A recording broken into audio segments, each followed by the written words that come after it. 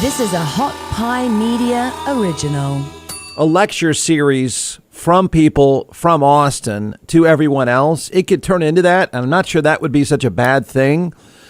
So you can go to Discord on all my social media pages, and you can post comments there and or follow comments. The goal is always the same. Try to make the show better if you can. Please don't suck. Get straight to the point. So here's the ugly Austin story that keeps coming up. It's the ugly Austin story that nobody really wants to talk about, but we all end up talking about it. And everybody sort of gives a wink and says, well, let's just keep moving along. There's that part of it. There's the sort of Austin angle to this, which I think everybody can find pretty fascinating. There is almost a clock that started, and that is the state of Texas v. Austin again. And this is the point at which red Texas can say, see, look at that lawless, terrible, out of control place. That probably happens today. I assume it happens because every opportunity to say, well, look at that place, look at them. I think it'll come up today. And then you can sort of absorb that if you want. You're going to be wrong to absorb it because it's completely wrong-headed, but it'll happen. This is the thing that Austinites know, but nobody really wants to talk about, so we'll talk about it. This is like one of those bar stool times because everybody's getting it wrong on a number of levels, and it's not really anybody's fault, and I know we don't like to say that. I'm not sure it's anybody's fault yet. What is amazing is at what point does the violence on East 6th Street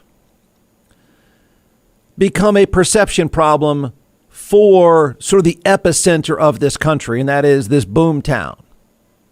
Once again, during an event, people are getting shot. Sooner or later, the city doesn't want this out, but sooner or later, perception is going to become a problem. It is amazing, to be honest with you. It's amazing the perception. By the way, pretty well earned. The violence on East 6th Street, Dirty 6th. You don't want to know why we've called it Dirty 6th? This is why. It's not a new story. In fact, it keeps repeating itself. The big question is, at what point do people get scared off? At what point does a major event get scared off? I don't think it's an outrageous question. It's somewhat surprising it hasn't happened yet. So why has it not become a problem is a good question. How has the negative perception many of us have had for a long, long time, we almost find ourselves saying, well, I tried to tell you, get out of there. Get out.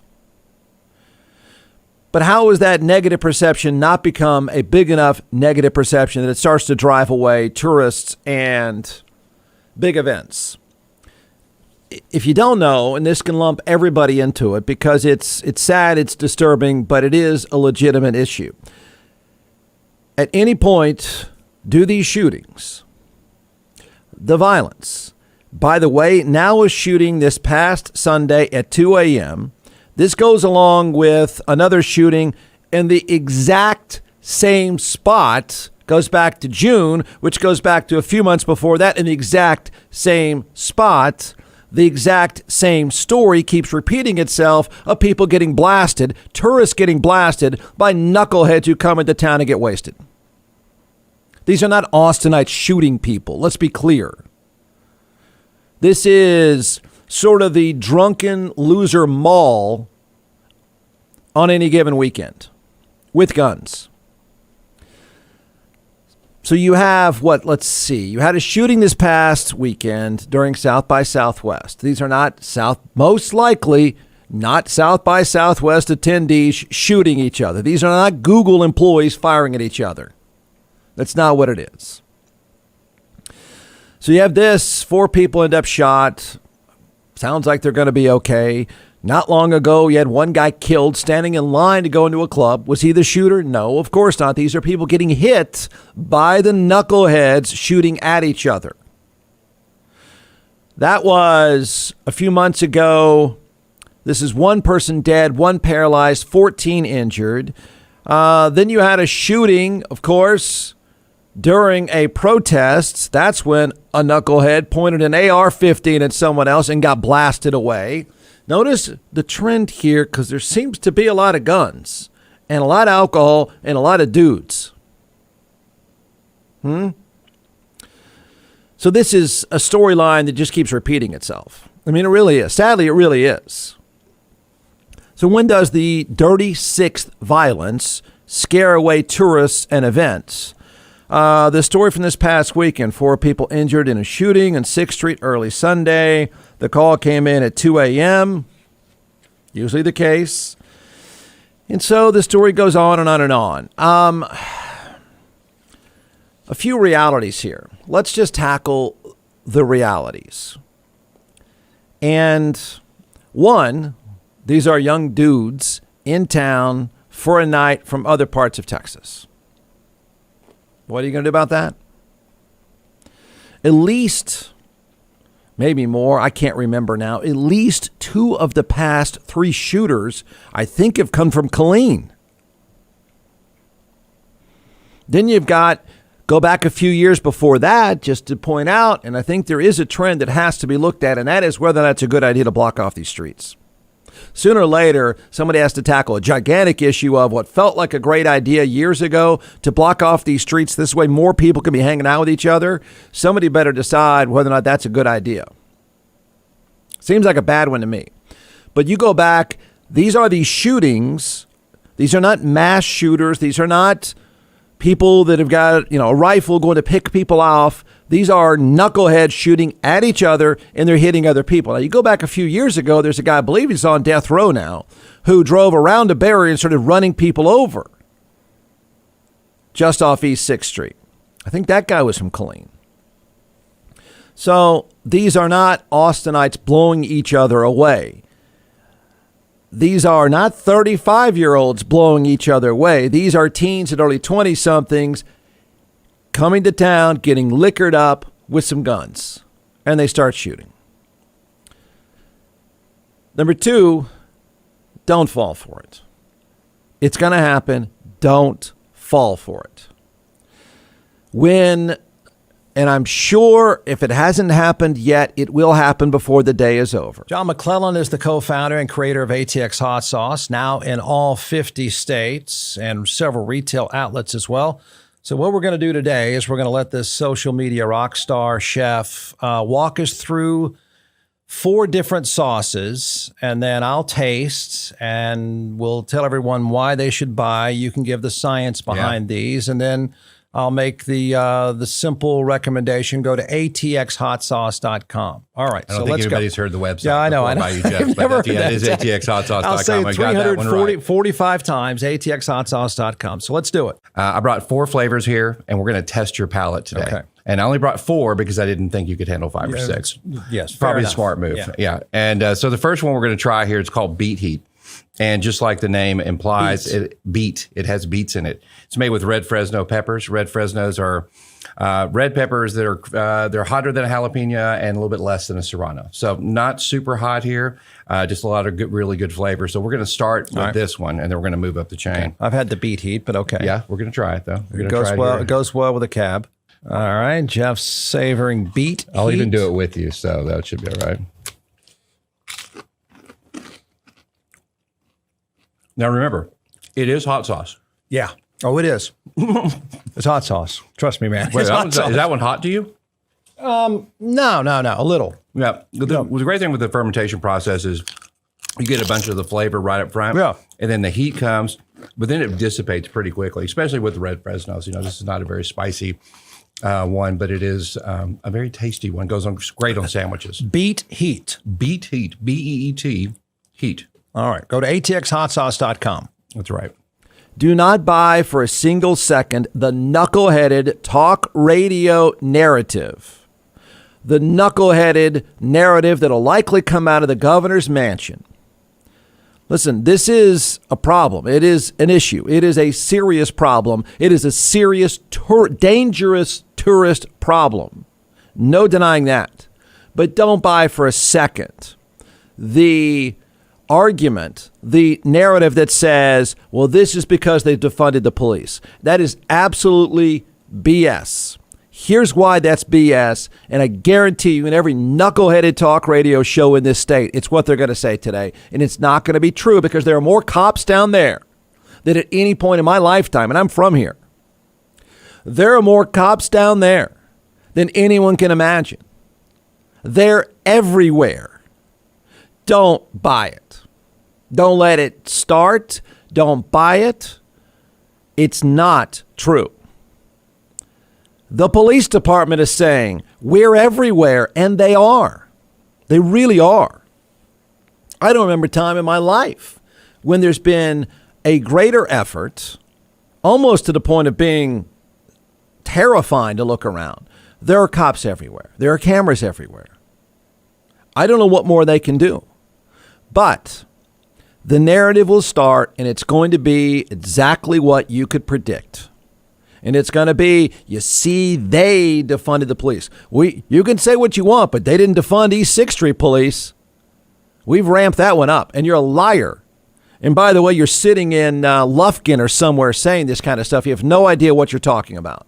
Don't believe it. There is not an argument about a police presence. I'm sure if you could stop the police chief or the mayor today, they don't want to talk, but they would say, I don't know how many more people we could put down there. And it would be true. It would be true. Then number 3 on this list is the other thing that's not going to play very well. And this is the one thing that might be slowing down the governor or the gun crowd. But this isn't going to play well on talk radio. There are more idiots with guns. There are not fewer.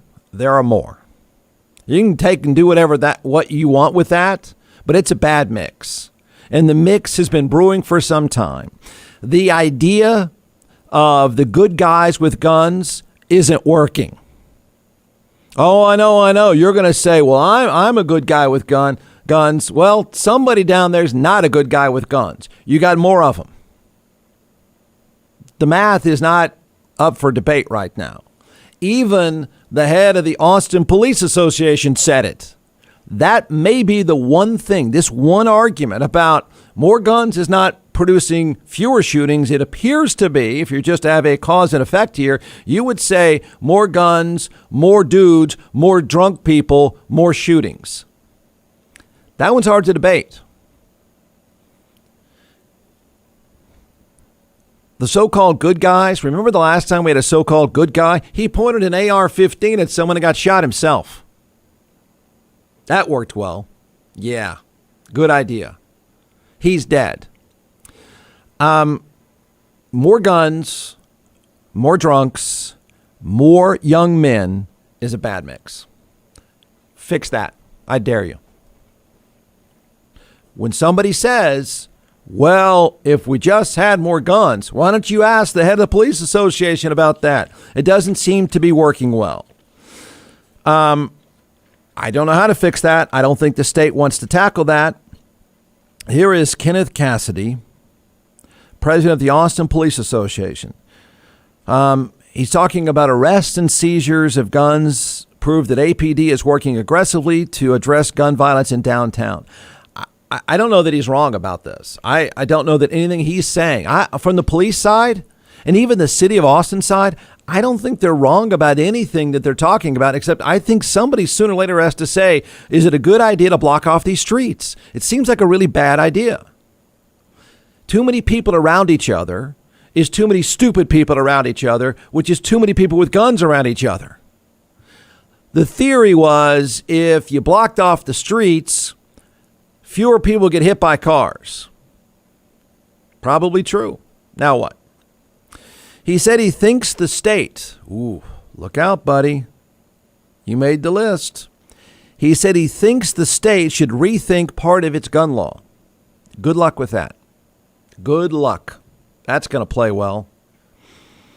This law allows any eligible Texan over the age of 21 to carry a gun without a license. That's working out really well. But Jeff, they don't know what they're doing. That's right. They don't know what they're doing. Who could not have predicted this? Dudes, drunk, guns. How do you think that's going to end? And that's what this is. They're shooting at each other and hitting other people. Most of the time, most Austinites know to get the heck out of there or not go down there anyway. But you know to get out of there at a certain point. He says, this is the head of the police association. This may stop the finger pointing at Austin because he's bringing this up. I don't know. We'll see. We require people in the state of Texas to have training before they are allowed to hunt. So why don't we require them some type of training to carry a firearm up and down the streets of the city of Austin or elsewhere in the state? You can't go there, sir. Sorry. Can't say that. That will get zero reaction on the positive side from the state of Texas and might produce negative responses from the people of the state of Texas. Yeah.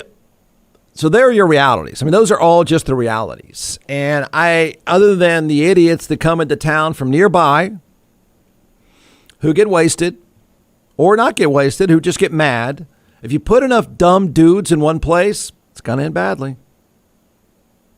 It really does. Seems to work that way. So now the question is, and nobody would say this publicly, but it's amazing that they're not saying this publicly. The issue is, how do you get the dumb dudes away from each other?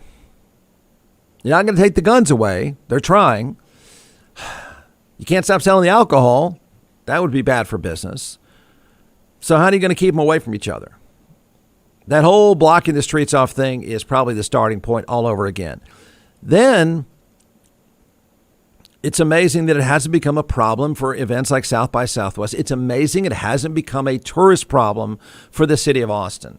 Enough of these stories, you would think sooner or later, is going to drive people out. I don't know what they see. I don't know what you see and hear around the country. I guess it all looks cool. You think it's Austin. It's the cool place to be. And 99% of it is. You get down there past 10, it's no good. Period. I mean, if there's a public service message that needs to be sent, it's get away from there. Poor guy, what is he? Some guy from Wisconsin gets shot in the back, waiting in line. He didn't know. He doesn't know he used to get out of there. So I don't know how you stop it. I don't know how you sell it. So I just think on a local level, you have to stop people from getting too close to each other. It just seems like a bad mix. If you're blocking off the streets, and that's what happened. The intent was probably pretty good. It works well for events. You can bounce from place to place. You don't have people driving around. You don't have people running over each other in cars. You know, you're trying to mitigate the idiocy of a bunch of buffoons downtown. And we've all been there. Okay. So you thought, well, cool. We'll let everyone walk around. Well, therein lies the problem. So when does it affect tourism? Man, I don't know. It's amazing it hasn't done so already. I can't believe, and I've got to believe that it does come up sooner or later. These big events have to be saying something to people saying, okay, look, can we get away from there? Can we avoid that? And I think you'd probably try. And if I'm an event planner, if I'm the next whatever, fill in the blank that happens every single weekend in the city, every weekend there's a giant event here. And almost every weekend that it revolves around 6th Street, something terrible happens. Thanks for listening. You can find more episodes and all of our other Hot Pie Media originals baked fresh daily at our home online at hotpiemedia.com, the Hot Pie Media YouTube channel, or wherever you listen to podcasts.